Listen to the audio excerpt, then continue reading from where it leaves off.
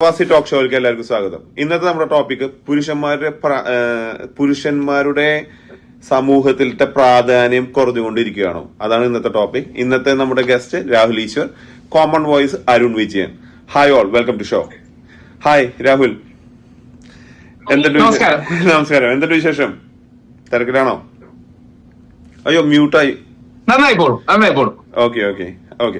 So Rahul, എന്താണ് രാഹുലിന്റെ അഭിപ്രായം? ഇപ്പോഴത്തെ ഒരു സാഹചര്യത്തിൽ ഒരുപാട് പ്രോബ്ലംസ് ഉണ്ടാവുന്നുണ്ട്. അതായത് ഒരു 6 മാസം മുമ്പ് ഒരു ബസ്സിൽ ഇഷ്യൂ ഉണ്ടായിരുന്നല്ലോ. അതായത് ഒരു ഫേക്ക് ഇൻസിഡന്റ് ക്രിയേറ്റ് ചെയ്തിട്ട് പബ്ലിസിറ്റിക്ക് വേണ്ടി ഒരു ഇഷ്യൂ ഉണ്ടായപ്പോ നമുക്കൊരു ജീവനാണ് പൊടിഞ്ഞത്. അപ്പൊ ആണുങ്ങൾക്ക് വേണ്ടി ഇപ്പൊ ആരാണ് സംസാരിക്കാനുള്ളത്?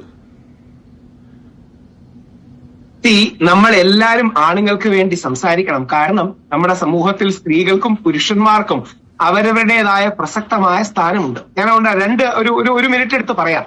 സ്ത്രീകൾക്കാണോ ആണുങ്ങൾക്കാണോ കൂടുതൽ പ്രശ്നമെന്ന് ചോദിച്ചാൽ ഒരു സംശയവും വേണ്ട, അത് സ്ത്രീകൾക്ക് തന്നെയാണ്. എല്ലാ കണക്കുകളും സൂചിപ്പിക്കുന്നത് സ്ത്രീകളാണ് കൂടുതൽ ബുദ്ധിമുട്ട് അനുഭവിക്കുന്നതെന്നാണ്. അതുകൊണ്ട് തന്നെ സ്ത്രീകൾക്ക് മുൻഗണനയും പരിഗണനയും കൊടുക്കണം. എന്നാൽ അതോടൊപ്പം പുരുഷന്റെ ആവശ്യങ്ങളും പുരുഷന് നീതിയും തുടങ്ങിയ കാര്യങ്ങൾ നമ്മൾ വിസ്മരിക്കരുത്. നമ്മൾ ഈ സിറ്റി സെൻട്രിക് ആയിട്ടോ അർബൻ സെൻട്രിക് ആയിട്ടോ ചിന്തിക്കുമ്പോഴാണ് പുരുഷന്മാർക്ക് പ്രശ്നങ്ങൾ ഒരുപാട് വരുന്നത്. ഇപ്പോഴും റൂറൽ ഏരിയാസിൽ വില്ലേജസിലൊക്കെ പോയാൽ പലപ്പോഴും സ്ത്രീകൾക്ക് തന്നെയാണ് വളരെയധികം പ്രശ്നം. അതുകൊണ്ട് നമ്മുടെ നിയമ സംവിധാനം കൂടുതൽ സ്ത്രീകൾക്ക് അനുകൂലം തന്നെ ആയിരിക്കണം. എന്നാൽ പലപ്പോഴും പുരുഷൻ അനീതി നേരിടുമ്പോൾ അതിനെ സപ്പോർട്ട് ചെയ്യാനോ അഡ്രസ് ചെയ്യാനോ നമുക്കൊരു മെക്കാനിസം ഇല്ല എന്നുള്ളതൊരു വസ്തുതയാണ്. ഇതാണ് നമ്മൾ ബാലൻസോടുകൂടി ചെയ്യേണ്ടത്. നിർബന്ധമായും ഇങ്ങനെ പുരുഷന് വേണ്ടി ചെയ്യണം. കാരണം എല്ലാവരും കണ്ടു കാണും വളരെ പ്രമാദമായ കേസ്. 13 ആലോചിച്ച് നോക്കണം. നമ്മളെല്ലാം സ്കൂളിൽ പഠിച്ചിരുന്ന 8ാം ക്ലാസ്സോ 9ാം ക്ലാസ്സിലോ പഠിക്കുന്ന ഒരു കുട്ടി 10 പേര് തന്നെ പീഡിപ്പിച്ചു എന്ന് പറഞ്ഞ് വ്യാജ പരാതി കൊടുത്തു. 10 പേരെ അറസ്റ്റ് ചെയ്തു. 20 വയസ്സുള്ള ഒരു പയ്യനെ തല്ലിച്ചതച്ചു. താങ്കൾ ഒരു നിമിഷത്തേക്കൊന്ന് ആലോചിക്കണേ. ആ പെൺകുട്ടി പീഡനത്തിന് പകരം കയറി പിടിച്ചു എന്നാണ് വ്യാജ പരാതി കൊടുത്തിരുന്നെങ്കിൽ ഇവരെല്ലാം 90 ദിവസം ജയിലിൽ കിടക്കുമായിരുന്നു. കാര്യം തെളിയിക്കാൻ പിന്നീട് മെക്കാനിസം ഇല്ല. ദൈവം സഹായിച്ചാണ് പീഡനം എന്ന് കൊടുത്തത്. പീഡനത്തിന് പകരം എന്നെ കയറി പിടിച്ചു, മൊളസ്റ്റ് ചെയ്തു എന്ന് വല്ലതും പറഞ്ഞിരുന്നെങ്കിൽ വൈദ്യപരിശോധനയിൽ തെളിയില്ല. പോലീസുകാർ പൂർണ്ണമായിട്ട് ആ പെൺകുട്ടിയോടൊപ്പം നിൽക്കും. ഈ പുരുഷന്മാർക്ക്, ഈ ആൺകുട്ടികൾക്ക് സ്കൂളിൽ നിന്ന് സസ്പെൻഷൻ കിട്ടും, ഇയർ ഔട്ട് ആകും, അവരുടെ ജീവിതം നഷ്ടമാകും. കൂടുള്ള സഹപാഠിയെ പീഡിപ്പിച്ചു എന്ന് കേസ് വരും. 18 വയസ്സിൽ കൂടുതലുള്ളവർ മിനിമം 90 ദിവസം ജയിലിൽ കിടക്കും. അവരുടെ ജീവിതം പോകും. അപ്പോ ദൈവമായിട്ടാണ് ആ വ്യാജ പരാതി അത്രയും ബുദ്ധിശൂന്യമായി കൊടുപ്പിക്കാൻ ഇടയായത്. ഇനി നാളെ ഈ പെൺകുട്ടി കുറച്ചുകൂടെ വളരുമ്പോ ചാറ്റ് GPT മറ്റോ ഒക്കെ യൂസ് ചെയ്ത് നല്ല രീതിയിൽ പിടിക്കപ്പെടാത്തൊരു പരാതി കൊടുത്താൽ ഈ പയ്യന്മാരുടെ ലൈഫ് തീർന്നു. 10 ജീവിതങ്ങളാണ് തീർന്നത്. 10 ജീവിതം തീർന്നു പറഞ്ഞാൽ 10 കുടുംബം തകർന്നു. അപ്പോ ഇങ്ങനത്തെ സീരിയസ് ആയ പ്രശ്നങ്ങളുണ്ട്. ഇതിനെ നമുക്ക് എങ്ങനെ നേരിടാം? ഇതിനെ നേരിടാൻ 3 സ്റ്റെപ്സ് ആണുള്ളത്. ഒന്ന്, നിർബന്ധമായിട്ട് ഒരു പുരുഷ കമ്മീഷൻ പോലുള്ള കാര്യങ്ങൾ വേണം. ഈ പുരുഷ കമ്മീഷനെ കുറിച്ച് പറയുമ്പോൾ നമ്മൾ വളരെ കോഷ്യസ് ആയിട്ടേ പറയാവൂ. അതിൽ ഒട്ടും സ്ത്രീവിരുദ്ധത ഇല്ല എന്ന് പൊതുസമൂഹത്തെയും നാട്ടുകാരെയും നമുക്ക് കൺവിൻസ് ചെയ്യാൻ കഴിയണം. ഞാൻ താങ്കളോട് നേരത്തെ പറഞ്ഞത് ഭംഗിക്ക് വേണ്ടി പറഞ്ഞതല്ല, ബാലൻസിന് വേണ്ടി പറഞ്ഞതല്ല. ഇതിന്റെ ആദ്യ വരി ഞാനൊന്ന് വായിക്കാം. പുരുഷ കമ്മീഷന്റെ ഫസ്റ്റ് വരി: സ്ത്രീകൾക്കാണ് സമൂഹവും നിയമവും മുൻഗണന നൽകേണ്ടത് എന്ന കാര്യത്തിൽ 2 പക്ഷമില്ല. എന്നാൽ അതോടൊപ്പം പുരുഷന്റെ പ്രശ്നങ്ങൾ അവഗണിക്കുകയും ചെയ്യരുത്. ഇതാണ് അതിലെ പിച്ച്. ഈ പിച്ച് വളരെ ഇമ്പോർട്ടന്റ് ആണ്. കാര്യം സ്ത്രീ വിരുദ്ധരല്ല നമ്മളെന്ന് ആദ്യം നമ്മൾ കൺവിൻസ് ചെയ്യണം. ആ കൺവിൻസിങ്ങിലൂടെ മാത്രമേ നമുക്ക് പൊതുസമൂഹത്തെ വിശ്വാസത്തിലെടുക്കാൻ കഴിയൂ. ഞാൻ കഴിഞ്ഞ ആഴ്ച രമേശ് ചെന്നിത്തലാജിയെ കണ്ടിരുന്നു, നമ്മുടെ ആദരണീയനായ ആഭ്യന്തരമന്ത്രി. അപ്പൊ എനിക്ക് തൂഫാൻ വേറിയർ ബാഡ്ജ് ഒക്കെ തന്നു. ഞാനപ്പോ ഈ വിഷയം അദ്ദേഹത്തോട് സംസാരിച്ചു. അപ്പോ പുള്ളി അടക്കമുള്ളവർ സൂചിപ്പിക്കുന്നത് ഇത് വലിയൊരു പ്രോസസ്സാണ്. ഒരുപാട് സ്റ്റേക്ക് ഹോൾഡേഴ്സിനെ നമുക്ക് വിശ്വാസത്തിലെടുക്കണം, ഒരുപാട് പേരെ കൺവിൻസ് ചെയ്യണം. അപ്പൊ നമ്മുടെ പിച്ച് വളരെ കറക്റ്റ് ആയിരിക്കണം. അപ്പൊ അതുകൊണ്ടാണ് ഞാൻ പറഞ്ഞത്, 1 പുരുഷ കമ്മീഷൻ, 2 നിർബന്ധമായി കേസിൽ അകപ്പെടുന്ന ആണുങ്ങളെ ആരോപിതൻ എന്ന് മാത്രം വിളിക്കുക. അവരുടെ പേരും ഐഡന്റിറ്റിയും വെളിവിടാതിരിക്കുക. ഓൾറെഡി പോഷ് ആക്ടിൽ അങ്ങനെയുണ്ട്. പോഷ് ആക്ടിൽ ആണിന്റെയും പെണ്ണിന്റെയും പേര് വിടാൻ കഴിയില്ല. ഇത് 2 ബഹുമാനപ്പെട്ട കോടതി 10 സെപ്റ്റംബർ 2024 ഹേമ കമ്മിറ്റിയുടെ വിധിന്യായത്തിലെ പ്രസക്ത ഭാഗങ്ങൾ, കോടതി വിധിയുടെ തന്നെ പ്രസക്ത ഭാഗങ്ങളാണ്. അതിൽ കോടതി പറയുന്നത്, the accused also have a right to privacy. അതായത് ആരോപിതനും ഒരു റൈറ്റ് ടു പ്രിവസി ഉണ്ട്. കോടതി അയാളെ കുറ്റക്കാരനാണെന്ന് കണ്ടാൽ നമുക്ക് പൊങ്കാലയിടാം, കല്ലെറിയാം, ഏത് രീതിയിലും ദ്രോഹിക്കാം. കമ്മീഷൻ, പൊങ്കാലയിടാൻ പാടില്ല. അത് നിയമത്തിന്റെ ഞാൻ പറഞ്ഞത് നമ്മുടെ പൊതുസമൂഹത്തിന് വരെ ആശയപരമായി ആക്രമിക്കുന്ന രീതി ഉണ്ടല്ലോ, അത് കുറ്റക്കാരനാണെന്ന് കണ്ടു കഴിഞ്ഞാൽ തീർച്ചയായിട്ടും ഏതെങ്കിലും ഒരു കുട്ടിയെ പീഡിപ്പിച്ചോ കുറ്റക്കാരനാണെന്ന് കണ്ടു കഴിഞ്ഞാൽ അവനെതിരെ വാർത്തു കൊടുക്കണം, അവനെതിരെ അതിശക്തമായി ആശയപരമായി കല്ലെറിയണം, കായികമായിട്ടല്ല ആശയപരമായി മോശമാണ്, അതൊക്കെ ചെയ്തോട്ടെ, അതൊന്നും പ്രശ്നം അല്ല. ഇപ്പൊ എല്ലാരെയും ചെയ്യുന്നുണ്ട്, അതായത് അത് കുറയ്ക്കാൻ വേണ്ടിയാണ് ഇപ്പൊ എല്ലാരെയും ചെയ്യുന്നുണ്ട്, വെറുതെ ഒരു ആരോപണം ഒന്നാരെ ചെയ്യുന്നുണ്ട്. ഇപ്പൊ ഒന്ന് പുരുഷ കമ്മീഷൻ, 2 നിർബന്ധമായും ആരോപിതൻ എന്ന് മാത്രം വിളിക്കുക, 3 നിർബന്ധമായും ആണുങ്ങളുടെ മെന്റൽ ഹെൽത്ത് തുടങ്ങിയ അവയർനെസ് ക്യാമ്പുകൾ സംഘടിപ്പിക്കുക. അപ്പൊ നമ്മൾ സംസാരിക്കാൻ തുടങ്ങിയിട്ട് ഏകദേശം 6.5 മിനിറ്റായി. ഈ 6.5 മിനിറ്റിനുള്ളിൽ ഇന്ത്യയിൽ 1.5 പുരുഷന്മാർ ആത്മഹത്യ ചെയ്തിട്ടുണ്ട്. നമ്മൾ ഈ സംസാരിച്ച് വാട്സപ്പ് കോളിൽ തുടങ്ങിയ ഈ പ്രവാസി ടോക്ക് തുടങ്ങിയ സമയത്തിനുള്ളിൽ ഏതോ ഇന്ത്യയിൽ എവിടെയെങ്കിലും ഒരു പുരുഷൻ ആത്മഹത്യ ചെയ്യുന്നു. ഓരോ 4.5 മിനിറ്റിലുമാണ് പുരുഷൻ ആത്മഹത്യ ചെയ്യുന്നത്, ഓരോ 11.5 മിനിറ്റിലുമാണ് ഒരു സ്ത്രീ ആത്മഹത്യ ചെയ്യുന്നത്. അപ്പൊ അത്രമാത്രം വലിയ പാൻഡമിക്കായി പുരുഷന്റെ ഈ മാനസികാരോഗ്യ പ്രശ്നങ്ങൾ മാറിയിട്ടുണ്ട്. പുരുഷനും സ്ത്രീയും ഇതിനോടെല്ലാം യോജിക്കുമ്പോഴും ഈ സവാദിനെ പോലുള്ള ആളുകളുടെ കാര്യത്തിൽ ഈ പുരുഷ കമ്മീഷൻ തെറ്റുപറ്റിയെന്ന് തോന്നുന്നുണ്ട്. 2 കാര്യങ്ങളാണ്. പുരുഷ കമ്മീഷൻ എന്ന് പറയുന്നത് ഒരു ഓർഗനൈസേഷൻ അല്ല. അതായത് നമുക്ക് അങ്ങനെ ഒരു ഓർഗനൈസേഷൻ തുടങ്ങാൻ പറ്റില്ല. കാരണം കമ്മീഷൻ എന്ന് പറഞ്ഞാൽ അർത്ഥ കോടതിയാണ്. ഞങ്ങളുടെ കൂട്ടായ്മയുടെ പേര് മിഷൻ മെൻസ് കമ്മീഷൻ എന്നാണ്. അതായത് വുമൻസ് കമ്മീഷൻ സംഘടനയല്ലല്ലോ, ഗവൺമെന്റ് സംവിധാനമാണ്. യൂത്ത് കമ്മീഷൻ സംഘടനയല്ല, ഗവൺമെന്റ് സംവിധാനമാണ്. അവിടെയാണ് മിഷൻ മെൻസ് കമ്മീഷനാണ്. 2 യഥാർത്ഥത്തിൽ അവിടെ പോയത് AKMA എന്ന സംഘടനയാണ്, ഓൾ കേരള മെൻസ് അസോസിയേഷൻ. ഞാൻ അവരുടെ പരിപാടിക്ക് പോയിട്ടുണ്ട്. അതിൽ തന്നെ നമ്മുടെ ചില സുഹൃത്തുക്കൾ ഈ അമിതാവേശം കാണിക്കുന്നതാണ്. സവാദിനെ ഒന്ന് ന്യായീകരിക്കുന്നത് ഒരു കാരണവശാലും യോജിക്കാൻ കഴിയാത്ത കാര്യമാണ്. അതുകൊണ്ടാണ് നിങ്ങൾ എവിടെ വേണമെങ്കിലും ചർച്ച, ഇപ്പൊ AI ഒക്കെ ഉണ്ടല്ലോ, സെർച്ച് ചെയ്ത് നോക്കിയോളൂ, എവിടെയും ഞാൻ സവാദിനെ അനുകൂലിച്ച് ചർച്ചയ്ക്ക് ഇരുന്നിട്ടില്ലെന്ന് മാത്രമല്ല, 2ാം വട്ടം സവാദ് പിടിക്കപ്പെട്ടപ്പോൾ മസ്താനി എന്നൊരു കുട്ടിക്കായിരുന്നു ആദ്യം സവാദിന്റെ അതിക്രമം നേരിടേണ്ടി വന്നത്. ഞാൻ മസ്താനിയെ വിളിച്ചു, ഞങ്ങൾ ചാനൽ ചർച്ചയിൽ ഒരുമിച്ചുണ്ടായിരുന്നു. ഞാൻ പരസ്യമായും ആ പെൺകുട്ടിയെ വിളിച്ചും മസ്താനിയെ പിന്തുണയ്ക്കാൻ കഴിയാത്തതിൽ ഖേദം പറയുന്നുമുണ്ട്. ഇത് മസ്താനി സവാദ്, പിന്നീട് നമ്മുടെ പൾസർ സുനി, ഇവരെയൊക്കെ എന്തിനാണ് ഈ മാലയുടെ പോകുന്നത്? എനിക്കത് എത്ര അപ്പം ഇതിന്റെ പ്രശ്നം എന്താ അറിയോ? ഫെമിനിസ്റ്റുകളുടെ കുരു പൊട്ടിക്കലാണ് പുരുഷാവകാശ പ്രവർത്തനം എന്ന് ചില ആൾക്കാർ തെറ്റിദ്ധരിക്കുന്നുണ്ട്. ഇതേപോലെ തിരിച്ച് പുരുഷന്മാരുടെ കുരു പൊട്ടിക്കലാണ് ഫെമിനിസ്റ്റ് പ്രവർത്തനം എന്ന് തെറ്റിദ്ധരിക്കുന്നുണ്ട്. ഞാൻ പല ഫെമിനിസ്റ്റുകളുമായിട്ടും യോജിച്ച് പ്രവർത്തിച്ചു പോകുന്ന ഒരു വ്യക്തിയാണ്. എന്തുകൊണ്ടാണെന്ന് പറഞ്ഞാൽ ഫെമിനിസ്റ്റുകൾ പറയുന്ന പല പോയിന്റുകളും ന്യായമാണ്. പക്ഷെ നമ്മൾ അവരോട് പറയുന്നത് കുടുംബം എന്ന സംവിധാനം കൂടി വേണം. അതില്ലാതെ സമൂഹത്തിനും രാഷ്ട്രീയത്തിനും നിലനിൽക്കാൻ കഴിയില്ല. അപ്പോ കുടുംബ സംവിധാനത്തെ ലംഘിക്കാത്ത എല്ലാ ഫെമിനിസ്റ്റോടും ബഹുമാനമാണ്. അപ്പൊ രാഹുൽ, ഞാനൊരു കാര്യം ചോദിച്ചോട്ടെ. സോ എന്റെ കണ്ണില് ഇപ്പൊ ഞാൻ ആസ് എ പേഴ്സൺ ഞാൻ കാണുമ്പോ ഒരു ആണായാലും പെണ്ണായാലും ഞാൻ രണ്ടുപേരും ഒരുപോലെ കാണുന്നത്. There is no privilege to anybody. So that അതല്ലേ നമ്മുടെ റിയൽ ഈക്വാലിറ്റി. ഒരു പെണ്ണിനെ കാണുമ്പോൾ സ്ത്രീയാണ് കൂടുതൽ മുൻഗണന, ഒരു ആണാണ് കൂടുതൽ മുൻഗണന. സോ ഈക്വാലിറ്റി എന്ന് പറഞ്ഞാൽ നമ്മളത് ചിന്തിക്കാണ്ടിരിക്കുന്നതല്ലേ ഈക്വാലിറ്റി. What you think? അവിടെയാണ് യാന്ത്രിക സമത്വവാദം അഥവാ മെക്കാനിക്കൽ ആയിട്ടുള്ള ഇക്വാലിറ്റി പറയുന്നതിൽ അർത്ഥമുണ്ടോ നമ്മൾ ചിന്തിക്കണം. ഒരു ഉദാഹരണം പറയാം. നമ്മളെല്ലാം ബസ്സിൽ കയറുന്നു, നമ്മുടെ സഹോദരിമാരും സ്ത്രീ സുഹൃത്തുക്കളും ബസ്സിൽ കയറുന്നു. എനിക്കോ താങ്കൾക്കോ ഈ സുഹൃത്തിനോ ജീവിതത്തിൽ ഒരിക്കലെങ്കിലും മുട്ടുസൂചി എടുത്തുകൊണ്ട് ബസ്സിൽ കയറേണ്ടി വന്നിട്ടുണ്ടോ? ഒരിക്കലെങ്കിലും തോണ്ടും തലോടും, ഏതെങ്കിലും പെണ്ണ് നമ്മളെ തോണ്ടും തലോടും എന്ന് പറഞ്ഞ് വന്നിട്ടുണ്ടോ? We are talking about 2026. നമ്മൾ 2026 സംസാരിക്കുന്നത്. 2026 കണക്ക് അല്ലെങ്കിൽ കഴിഞ്ഞ 5 വർഷത്തെ കണക്കുകൾ എടുത്താ പറയുന്നത് ഓരോ 20 മിനിറ്റിലും ഇന്ത്യയിൽ ഒരു പെൺകുട്ടി ലൈംഗികമായി അതിക്രമിക്കപ്പെടുന്നുണ്ട്. ഇനി പലപ്പോഴും ഇന്ത്യ മാത്രമല്ല, പ്രവാസികളായോണ്ട് പലരും തെറ്റിദ്ധരിക്കും ഇന്ത്യയിലാണ് ഏറ്റവും കൂടുതൽ റേപ്പും കാര്യങ്ങളൊന്നും അല്ല.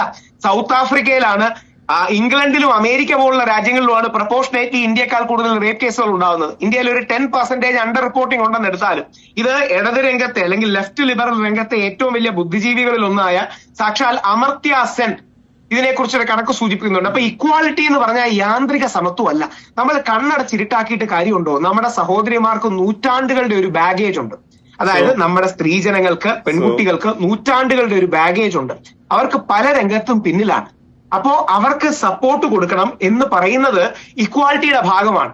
അല്ലാതെ അതിശക്തനെയും ദുർബലനെയും ഒരുമിച്ച് വെച്ചിട്ട് അതിശക്തനും ദുർബലനും ഇക്വാലിറ്റി ഉണ്ടെന്ന് പറയുന്നതിൽ എന്താ പറയണേ, ലോജിക്കേ ഉള്ളൂ, റിയാലിറ്റി ഇല്ല.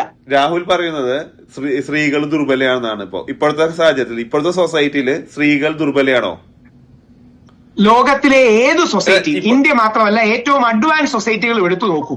അതായത് ഞാൻ ഇതൊരു കണക്കായി പറയുന്നതാണ് കേട്ടോ, പകുതി തമാശയും പകുതി കണക്കായി സരസമായി പറയുന്നേ ഉള്ളൂ. ലോകത്ത് നടക്കുന്ന 99.99% ലൈംഗിക അതിക്രമങ്ങളും പുരുഷൻ സ്ത്രീയോട് ചെയ്യുന്നതാണ്. തിരിച്ചെപ്പോഴെങ്കിലും കുറച്ച് സ്ത്രീകൾ ചേർന്ന് ഒരു ആണിനെ ഗ്യാങ് റേപ്പ് ചെയ്തു എന്ന് കേട്ടിട്ടുണ്ടോ? കുറച്ച് സ്ത്രീകൾ ചേർന്ന് അവനെ റേപ്പ് ചെയ്തു. നമ്മൾ തമാശയ്ക്ക് നമ്മുടെ സലീം കുമാർ സിനിമയെ പറയുന്ന പോലെ മറ്റേ ആ പാൽക്കാരൻ പയ്യന്റെ കഥയുണ്ട് എന്നതല്ലാതെ 99.99% ആണ് പെണ്ണിനോടാണ് ചെയ്യുന്നത്. അതിന്റെ റീസൺ അതിന് ചരിത്രപരമായ മാത്രമല്ല ബയോളജിക്കൽ റീസൺസും ഉണ്ട്. ഉദാഹരണം അങ്ങോട്ട് പറയാം. ഈ രാജ്യങ്ങൾ പട്ടാളക്കാർ നമ്മുടെ രാജ്യത്തെ അല്ല മറ്റു പല രാജ്യങ്ങളിലെയും പട്ടാളക്കാർ പുതിയ സ്ഥലങ്ങളിലേക്ക് അതിക്രമിച്ച് കയറുമ്പോൾ മാസ് റേപ്പുകളൊക്കെ ഉണ്ടാവുന്നു എന്ന് കേൾക്കാറ്. പക്ഷെ ശ്രദ്ധിച്ചു കാണും. എപ്പോഴെങ്കിലും തിരിച്ച് അവിടെ വനിതകളുടെ പട്ടാളം കയറി പുരുഷന്മാരെ റേപ്പ് ചെയ്ത് കേൾക്കുന്നുണ്ടോ? അപ്പൊ അതിന് ഈ പോയിന്റും കൂടെ ശ്രദ്ധിക്കണം. പ്രത്യേകിച്ച് നമ്മൾ ആണുങ്ങളെ ശ്രദ്ധിക്കേണ്ടതാണ്. സ്ത്രീ ലൈംഗികതയ്ക്കും പുരുഷ ലൈംഗികതയ്ക്കും വ്യത്യാസമുണ്ട്. മെയിൽ സെക്ഷുവാലിറ്റിയും ഫീമെയിൽ സെക്ഷുവാലിറ്റിയും വ്യത്യാസമുണ്ട്. ആണിന്റെ സെക്ഷുവാലിറ്റി കുറെ കൂടെ വൈഡും വൈൽഡുമാണ്. പെൺകുട്ടിയുടെ സെക്ഷുവാലിറ്റി, സ്ത്രീയുടെ സെക്ഷുവാലിറ്റി കുറെ കൂടെ പേഴ്സണലൈസ്ഡും ഫോക്കസ്ഡുമാണ്. ഇത് ഒരുപാട് സയന്റിഫിക് സ്റ്റഡീസിൽ പ്രൂവ്ഡ് ആണ്. ഉദാഹരണം, ആണ് പോണോഗ്രഫി കൺസ്യൂം ചെയ്യുമ്പോൾ പെൺകുട്ടി ഇറോട്ടിക്കാണ് കൺസ്യൂം ചെയ്യുന്നത്. അപ്പൊ ഇതിനൊക്കെ ChatGPT-യിലൊക്കെ അടിച്ചു നോക്കിയാൽ ഒരുപാട് നമുക്ക് സ്റ്റഡീസ് തന്നെ, അതായത് reputed university, Ivy League university studies കിട്ടും. അതുകൊണ്ട് സ്ത്രീ പുരുഷന്മാർ യാന്ത്രികമായി ഈക്വൽ ആണെന്ന് പറഞ്ഞിട്ട് കാര്യമില്ല. സ്ത്രീയും പുരുഷനും ഈക്വൽ ആണ്, യുണീക്ക് ആണ്, കോംപ്ലിമെന്ററി ആണ്. ചില കാര്യങ്ങളിൽ സ്ത്രീകൾക്ക് നമ്മൾ പരിഗണനയും മുൻഗണനയും കൊടുത്തില്ലെങ്കിൽ അവർ അവഗണിക്കപ്പെടും. നമ്മുടെ നിയമങ്ങൾ പോലും ഇത്രമാത്രം സ്ലാൻഡിങ് ആയതിന് ഒരു റീസൺ കൂടെ കേൾക്കുമ്പോഴേ നമ്മൾ കൺവിൻസ്ഡ് ആവും. ഒരു ആദിവാസി പെൺകുട്ടി പോലീസ് സ്റ്റേഷനിൽ പരാതി കൊടുക്കാൻ, അവളെ റേപ്പ് ചെയ്യപ്പെട്ടു എന്ന് പരാതി കൊടുക്കാൻ പോയപ്പോ പോലീസ് സ്റ്റേഷനുള്ളിൽ വെച്ച് അവൾ വീണ്ടും റേപ്പ് ചെയ്യപ്പെട്ടു. 80s മധ്യത്തിൽ എന്തുവാണ്. അതിനുശേഷമാണ് നമ്മുടെ നിയമങ്ങൾ ഇത്രമാത്രം വൺ സൈഡഡ് ആയിട്ടുള്ള പ്രൂഫ് ആയിട്ടുള്ള ടൈമും ഇതും വെച്ച് പറയണം. നമ്മൾ വെറുതെ ഒരു ഞാൻ അതിന്റെ കേസിന്റെ പേരും കൂടെ എടുത്തു പറയാം. ഞാൻ ആ പേര് വിട്ടുപോയതാ. അതായത് ഇന്ത്യയുടെ ഈ സിസ്റ്റങ്ങളെല്ലാം ഇത്ര അത് സെർച്ച് ചെയ്താൽ കിട്ടുകയും ചെയ്യും. ഞാനിപ്പോ മനോരമയുടെ ചർച്ച ഉള്ളതുകൊണ്ടാണ് നമുക്ക് പക്ഷേ അടുത്തൊരു ടോക്ക് എടുക്കുമ്പോൾ ഇതും കൂടെ പറയാം. ഈ അല്ലെങ്കിൽ കുറച്ചുകൂടെ പ്രകടമായ ഓർമ്മയിലുള്ളൊരു കാര്യം പറയാം. നമ്മുടെ എല്ലാ ഓർമ്മയിലുള്ള നിർഭയ കേസ്, ഇനിയും പേര് പറയാം, കാര്യം ആ കുട്ടിയുടെ അച്ഛനമ്മയെ എനിക്ക് അറിയായിരുന്നു. ജ്യോതി എന്നാണ് പേര്. അപ്പൊ ഈ ജ്യോതിയെ ഡൽഹിയിൽ വെച്ച് ഗ്യാങ് റേപ്പ് ചെയ്യപ്പെട്ട് മരിക്കുകയുണ്ടായി. എന്റെ അച്ഛനും അമ്മയാണ് ഫൈറ്റ് ചെയ്തത്. അവളെ ഏറ്റവും ഉയർത്തി കാട്ടാൻ വേണ്ടിയാണ് നമ്മളെല്ലാം കൂടെ അവളെ നിർഭയ എന്ന് വിളിച്ചത്. ഈ നിർഭയയുടെ കേസ്, ഇത്തരം കേസുകൾ ഉണ്ടായതിനു ശേഷമാണ് കൂടുതലായിട്ട് ബയസ് അങ്ങോട്ട് പോയത്. അപ്പൊ നമ്മൾ പറയുന്നത് സ്ത്രീകൾക്ക് തീർച്ചയായിട്ടും പരിചകൾ കൊടുക്കണം, പക്ഷെ അവരത് വാളായിട്ട് ഉപയോഗിക്കരുത്. അതോടൊപ്പം പുരുഷന് അനീതിയുമാകരുത്. ഇപ്പൊ ഉദാഹരണം, നമ്മുടെ നാട്ടിലെ കേസുകൾ എടുത്തു. ഉമ്മൻചാണ്ടി സാറിന്റെ കാര്യത്തിൽ ഉമ്മൻചാണ്ടി സാറിനെതിരെ പരാതി പറഞ്ഞത് കള്ളമാണെന്ന് എല്ലാവർക്കും അറിയാറുന്നില്ലേ? ഒരൊറ്റ മിനിറ്റ്, അരുണിന് നമ്മൾ അവസരം കൊടുക്കണില്ല. അരുൺ പറയൂ. രാഹുലിനെ വളരെ ചെറിയ പ്രായം മുതൽ ഫോളോ ചെയ്യുന്ന ഒരാളാണ് ഞാൻ. അപ്പൊ അന്ന് തന്നെ സ്കൂളിലും കോളേജുകളിലും എല്ലാം രാഹുലിന് ഒരുപാട് ഫാൻസ് ഉണ്ട്. ഒരു ഫാമിലി, ഒരു നെക്സ്റ്റ് ഡോർ ബോയ് എന്നുള്ള ഒരു ഇമേജ് എല്ലാം ഉള്ളായിരുന്നു. അത് കഴിഞ്ഞ് കുറെ കാലഘട്ടത്തിൽ ഇപ്പൊ പുതിയ പിള്ളേർക്കെല്ലാം അറിയാവുന്നത് ഈ ശബരിമല പ്രശ്നം, ഈ പുരുഷ സംഘടന, അങ്ങനെയുള്ള കാര്യങ്ങൾ. ഇത് ഭയങ്കര നെഗറ്റിവിറ്റി തീർച്ചയായിട്ടും ഉണ്ടാകുന്നുണ്ടായിരിക്കും. പണ്ട് വളരെ പോസിറ്റീവ് ഇമേജ് ഉണ്ടായിരുന്ന രാഹുൽ ഇപ്പൊ ഒരുപാട് നെഗറ്റീവ് ഇമേജ്. ഈ നെഗറ്റിവിറ്റി എങ്ങനെ ഹാൻഡിൽ ചെയ്യുന്നു? ഈ ട്രോളുകളൊക്കെ എങ്ങനെ ഹാൻഡിൽ ചെയ്യുന്നു? ഭയങ്കര നെഗറ്റിവിറ്റി ഉണ്ടല്ലോ. രണ്ട് കാര്യങ്ങളാണ്. ഇപ്പൊ അന്ന് ആലോചിച്ച് നോക്കുക, ഇന്ത്യയുടെ സുപ്രീം കോടതി 5 അംഗ ബെഞ്ച് ഒരു തീരുമാനമെടുത്ത് അതിനെതിരെ പോരാടാൻ ഇറങ്ങിയതാണ് ഞാൻ. ആകെ ഞാന്, എന്റെ മുത്തശ്ശി, എന്റെ അമ്മ, എന്റെ 1.5 വയസ്സായ മകൻ, എന്റെ ഭാര്യയായിരുന്നു എന്റെ കൂടെ ഉള്ളത്. നമ്മൾ ആ പോരാട്ടത്തിൽ ജയിച്ചു. ഇന്ത്യൻ സുപ്രീം കോടതിയുടെ വിധി തെറ്റാണെന്ന് സുപ്രീം കോടതി തിരിച്ചറിഞ്ഞ് ഇന്ന് റിവ്യൂ ചെയ്തുകൊണ്ടിരിക്കുകയാണ്. എന്നിട്ട് സുപ്രീം കോടതി പറഞ്ഞു ആ കേസ് ചവറ്റുകുട്ടയിൽ കളയേണ്ടതായിരുന്നു. രാഹുൽ ഈശ്വറല്ല, സുപ്രീം കോടതി സ്വന്തമായിട്ട് എടുത്ത തീരുമാനം ഇന്ന് സുപ്രീം കോടതി പറയുകയാണ് ശബരിമലക്കെതിരെയുള്ള കേസ് ചവറ്റുകുട്ടയിൽ കളയേണ്ടതായിരുന്നു.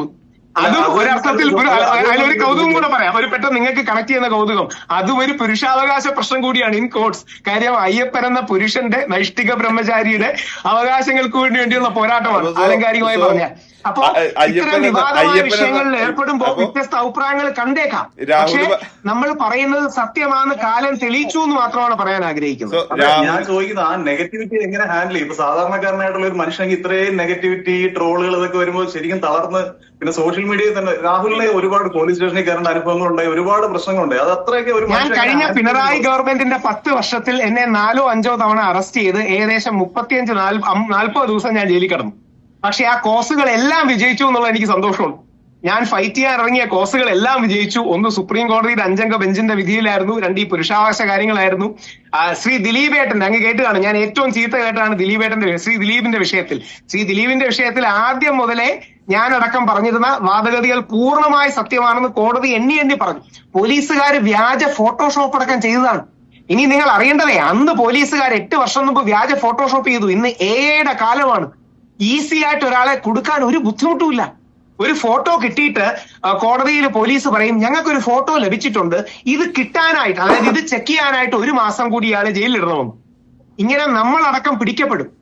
ആ ദുരവസ്ഥയിലാണ്. അതുകൊണ്ട് ആ ഫൈറ്റ്, രാഹുൽ മാങ്കൂട്ടത്തിന്റെ കാര്യമാകട്ടെ, ശ്രീ ദിലീപിന്റെ കാര്യമാകട്ടെ, എൽദോസ് കുന്നപ്പള്ളിയുടെ കാര്യമാകട്ടെ, സിദ്ദിഖിന്റെ കാര്യമാകട്ടെ, നമ്മുടെ ഇവരെ ഈ കേസുകളെല്ലാം വിജയിച്ചു എന്ന് പോയിന്റ് ഔട്ട് ചെയ്യാൻ ഞാൻ ആഗ്രഹിക്കുന്നു. രാഹുൽ അത് മാറ്റി പറ. അതായത് ഇതില് ഒരു കേസ് മാത്രമാണ് രാഹുൽ വിജയിച്ചു എന്ന് പറയാൻ സമർപ്പിക്കാൻ പറ്റുള്ളൂ, ബാക്കി എല്ലാ കേസും കോടതിയിലാണ്. So Rahul, you are not always right. ആ കോടതി അനുകൂല പരാമർശം അല്ല, 2 എൽദോസ് കുന്നപ്പള്ളിയെ കോടതി കഴിഞ്ഞ ആഴ്ച വെറുതെ വിട്ടു എന്ന് മാത്രമല്ല, അത് വ്യാജ പരാതിയാണെന്നും ഇയാൾ റേപ്പ് ചെയ്തിട്ടില്ല എന്നും കോടതി എടുത്തു പറഞ്ഞിട്ടുണ്ട്. എൽദോസ് കുന്നപ്പള്ളി നമ്മുടെ MLA, അദ്ദേഹമാണ് നമ്മുടെ മെൻസ് കമ്മീഷൻ ബില്ല് ഡ്രാഫ്റ്റ് ചെയ്തത്, പെരുമ്പാവൂർ MLA. അതുകൊണ്ട് എൽദോസ് കുന്നപ്പള്ളിയുടെ കാര്യം എടുക്കാം, ശ്രീ ദിലീപിന്റെ കാര്യം എടുക്കാം. 3 കേസുകളിലും രാഹുൽ മാങ്കൂട്ടത്തിന് അനുകൂല കോടതി പരാമർശങ്ങളോടെയാണ് ജാമ്യം കൊടുത്തത്. ആൾക്കാരെ കൊടുക്കാനേ പോലീസുകാർ ചുമ്മാ പരാതി ഉണ്ടാക്കിയ ഒരു പെണ്ണിന്റെ പേര് വെച്ച് കൊടുക്കുകയാണ്. അതിന്റെ സീരിയസ്നെസ് മനസ്സിലാവുന്നുണ്ടോ? അത് ഞാൻ വെറുതെ പറയുന്നതല്ല. അങ്ങനെ കേരള പോലീസിനെ അധിക്ഷേപിക്കാൻ സമ്മതിക്കില്ല. അങ്ങനെ ഒരാളെ കേരള പോലീസ് അല്ല, ഞാൻ കേരള പോലീസിനെ അധിക്ഷേപിച്ചല്ല. ഞാൻ ഈ പറഞ്ഞത് ശ്രീ ദിലീപിന്റെ കേസിൽ ബഹുമാനപ്പെട്ട നമ്മുടെ കേരള സെഷൻസ് കോടതി പറഞ്ഞെന്താ അറിയാമോ? ഇല്ലാത്ത മീറ്റിംഗ്സ് അടക്കം ഒരു കുക്കപ്പ് ചെയ്തു. അതായത് നിങ്ങൾ ആലോചിച്ചു, ഒരു വ്യാജ ഫോട്ടോഷോപ്പ് പോലീസ് ഉണ്ടാക്കുകയാണെങ്കിൽ അതിന്റെ സീരിയസ്നെസ്. ആ ഫോട്ടോഷോപ്പ് ഉണ്ടാക്കിയെന്ന് ആദ്യം പറഞ്ഞ ആരാത്തറിയാമോ? കേരള പോലീസിന്റെ DGP ആയ ശ്രീലേഖ. അതായത് പോലീസുകാർ പറഞ്ഞത് ഒരു ഗുമ്മിനിരിക്കട്ടെ വേണം, ഇതൊക്കെ എന്തുണ്ടെങ്കിലേ നമുക്ക് കോടതി അനുകൂലമായ സാധനം കിട്ടും. ഞാൻ ഒറ്റ കാര്യം ചോദിക്കാം, എനിക്ക് മനോരമയുടെ ചർച്ചയായതുകൊണ്ട് ഒറ്റ കാര്യം ചോദിച്ചാൽ നിർത്താം. ശ്രീ ദിലീപിന് ഇതാണ് അവസ്ഥയെങ്കിൽ ഉമ്മൻചാണ്ടി സാർ ഇതാണ് അവസ്ഥ. പിന്നെ നിവിൻ പോളിയുടെ കാര്യം ചോദിച്ചു, ശ്രീ നിവിൻ പോളിക്ക് ഇതാണ് അവസ്ഥയെങ്കിൽ, രാഹുൽ മാങ്കൂട്ടത്തിന് ഇതാണ് അവസ്ഥയെങ്കിൽ, നാളെ കേസ് വന്നാൽ നമ്മുടെ അവസ്ഥ എന്താവും? അതായത് ഇത്രയും ശക്തരായ, സ്വാധീനമുള്ള, പണമുള്ള, സിനിമാ രംഗത്ത് നിൽക്കുന്ന, രാഷ്ട്രീയ രംഗത്ത് നിൽക്കുന്ന വമ്പന്മാർ കടപുഴകി വ്യാജ പരാതികളിൽ വീഴുകയാണെങ്കിൽ നമ്മുടെയൊക്കെ ജീവിതം ഇല്ലാതാവില്ലേ? അതുകൊണ്ട് ഞാൻ ഇതും കൂടെ പറഞ്ഞു ഒന്ന് അവസാനിപ്പിച്ചോട്ടെ.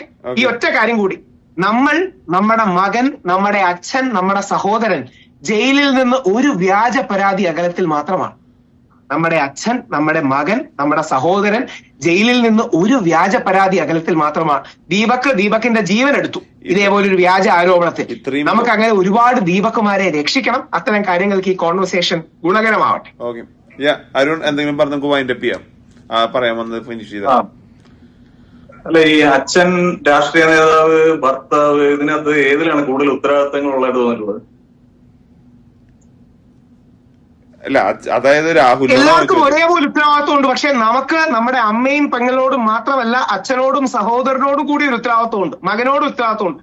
നമ്മൾ 100% നമ്മുടെ മകളെ, സഹോദരിയെ, അമ്മയെ, സുഹൃത്തിനെ സംരക്ഷിക്കണം, ഭാര്യയെ സംരക്ഷിക്കണം. അതേപോലെ നമ്മുടെ അച്ഛനെ, മകനെ, സഹോദരനെ കൂടി സംരക്ഷിക്കാൻ ഉത്തരവാദിത്വം നോക്കണം. ഓക്കെ. സോ നമ്മൾ ഇനിയൊരു എപ്പിസോഡായിട്ട് വീണ്ടും വരും. സോ നന്ദി രാഹുൽ, നന്ദി അരുൺ. ദയവായി വിളിക്കുക, I'll be there. Okay, take